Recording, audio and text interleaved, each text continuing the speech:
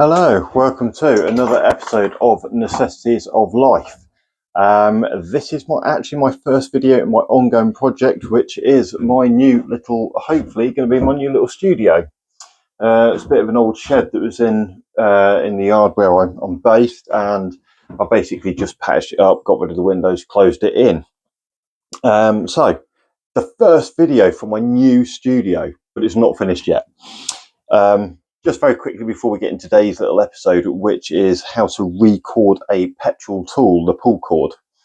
So in here, basically, I've got my bench in here. I've made it relatively watertight. There's a few holes in places, but nothing, a bit of silicone won't sort out.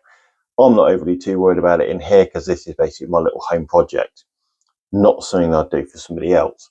So one of the things eventually I'm going to do, which will be another really good video. I'm not sure when it's going to happen. I'm looking at costings and going through a few things at the minute, but we are going to put in a complete off-grid solar system from 2 solar panels that are going to produce 250 watts each on both sides. We're going to have to get a charge controller, and we're going to run it off leisure batteries, and we're going to have a complete system that should power most of my tools that I'm going to be doing in here in little projects. Anyway, enough of that. Again, just want to add a little apologies for the light in here. It's not brilliant because obviously I'm not set up yet. But anyway, so today while I was out at work, one of the tools that I use is my trusty blower system. This one's an Bauer blower. I love the Bauer stuff. I think it's brilliant, fantastic, and you can't knock it. It's good value for money. I've had this one for a couple of years and it still runs well. Sometimes it needs an odd little adjustment on the carburetor, but one day I'll show you that. Anyway, what happened? In the middle of a job, and my pull cord snapped on me. So luckily I had my tools on me and I had to do a makeshift repair just so I could keep going. So it's a perfect opportunity to show you how to redo a pull cord. One of the things I've noticed from what people some places when you take it in to get a new pull cord put on, it's a very, very simple job. But I've known places charge upwards towards 50 quid for doing this, and it's really not that. You might get away, some places might charge you tenner, some might be like 15 quid. But I have seen places that charge an absolute fortune, and it's a really easy job that you can do at home, and I'm going to show you the easy way to do it. Right, the first thing you've got to do is you've got to establish how your pull cord mechanism is actually on. I'm hoping you can see this. Just make a quick adjustment here. Okay, so the first thing you've got to do is you've got to establish taking this off. Now again, this is going to be different on every single different model, but basically you want to try and get your pull cord housing off. But this is how to actually redo it. Is the same process basically for lawnmowers, trimmers, even nitro cars. If you're into your nitro cars, it's basically just an easy way. I know how this one comes off because I've already had it off today, but again, other blowers are going to be different. The other thing you've got to notice is when you're taking these off, if there's any like little rubber gaskets in and around it that basically might come out, so you need to make a note of where they come from. So what I'm going to do is I'm going to take this off. Right, okay, so I've got into the housing now on mine, which is where my pull cord is, and you can see really short. Had to do that basically just so I could keep going at work today. So inside of this one, incidentally, make sure you don't lose your bolts and things and your fixings when they come out.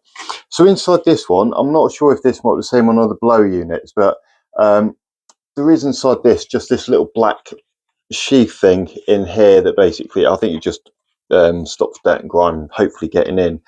So on this one you actually have to take this out. So I'm going to get that one done and then we're into the nitty gritty. Okay, there we go. So that's that piece out. I'm going to set that aside. The main thing you're going to want with this is something to cut your new pull cord. Here's my pull cord. I've got myself just a pair of side cutters, but it's also going to help to have a cigarette lighter just to seal the end up when you're doing this. So this is the easiest way to do this job. So just to show you, I'm going to undo this. I'm also going to cut this off as if it was basically in the field and it snapped.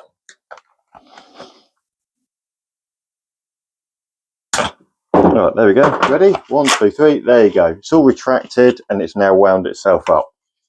As you can see, just in there. This is my pull cord system.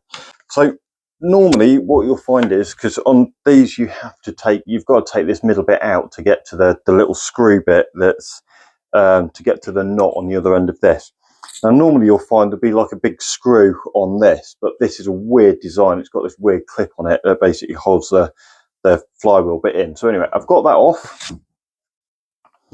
And now all I'm going to do is this middle bit here, I'm going to be very careful and I'm going to take that out of there and I'm going to set that aside.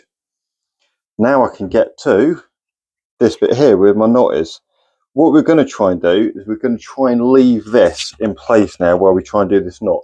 Because the last thing we want to do now is to uncoil the spring that's underneath this. However, if that does happen, there is another video that I've actually recorded slightly further back where you can see actually just how to recoil it if it's come off. So in actual fact, this one did actually come out. It's got a nice little protector for the spring inside, so the spring has actually stayed in place, which is really handy. So anyway, I've taken this out. I've got my pull cord going through. Next thing you're going to want to do is to see if you can get away with tying a double knot in the end of this one. Just literally just a normal like pre-shoelace type knot, should we call it. And once we get that done, we pull it tight. There we go. Because we want it nice and tight in there so it doesn't come back out again. And then we can force that back into its little hole in there. Right, after a little bit of forcing, I've got that back in. So I've got my pull cord on there now. Okay, so once we've got that piece done, the next thing you need to do is to pop this back into where it came from. Try and line it up with a clip that's in there. Right, now that's nicely turning, and now what we're going to do is we're going to reassemble this piece back in here. Now you've got your pull cord on. So I'm going to rebuild mine, make sure my spring goes back in. Right, okay, so that's installed. My cable is attached inside the machine. So next thing you're going to want to do, really important, don't forget to do this. This now has to go back through where your pull comes from. So the first thing I need to do is just seal the end of it, just like that, just so it brings it back in. There you go.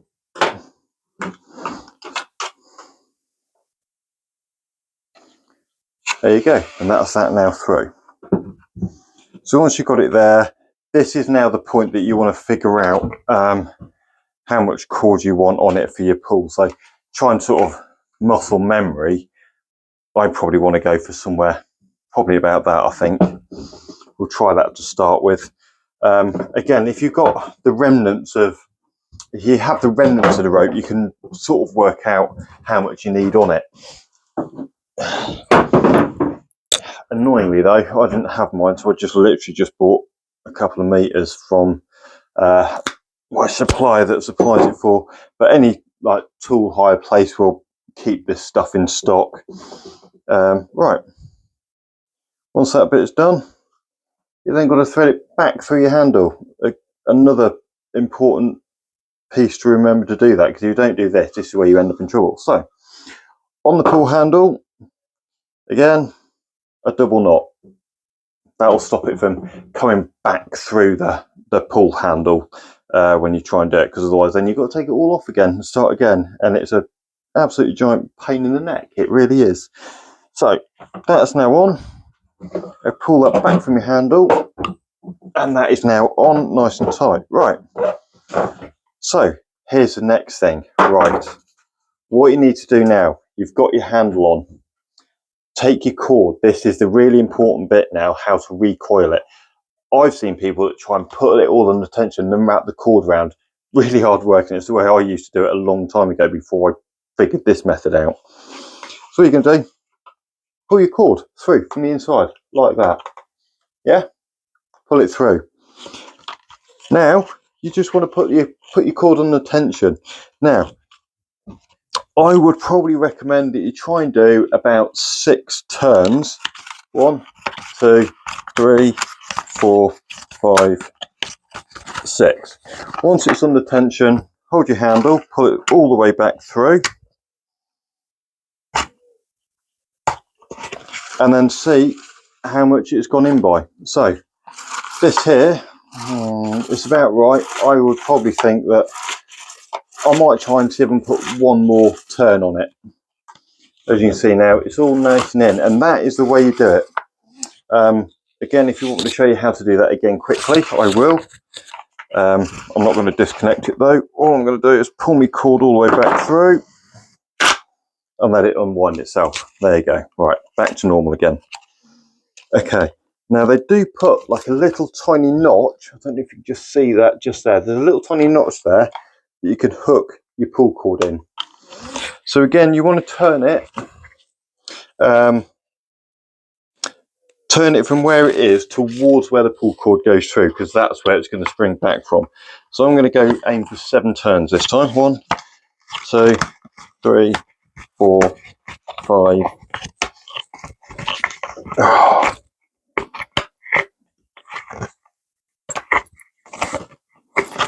5, 6. Oh, yes. That 7th one is quite a tough one, so I think we're going to leave it on. We're going to try and retighten it and get it back up to 6, I think, because 6 seems to be the optimal amount. If you had a bit of slack at that point, then you might want to just cut a little bit off the handle. Again, slacken it off, then shorten your handle down, then rebuild it, because otherwise you cut it off, it'll pull back through again. So here we go. 1, 2, 3, 4, 5, 6. Now you need to just hold it under tension, hold your cord side, and then just slowly bring it in. And that is how you re-cord it. And then you can basically just rebuild it back together. That's it, done. Happy and done. So there you go. I don't think you need to see me rebuilding it. So this has been another episode of Necessities of Life on how to redo a pull cord. Just a quick recap. Take your stem bit out. Normally it's held in by a screw. Carefully take it out so you don't lose the spring. Take your cord off, retie it on the inside edge. Put your casings all back in, back through your pull hole, into your pull handle, tie that off, and then you can turn it, put it under tension, and then release it. Don't try and put it under tension, then wrap your cord around. It will never work, and it takes too long. You can do, but it takes too long. Anyway, another episode of Necessities of Life from the new studio, and I hope to see you soon for another episode. Thank you very much.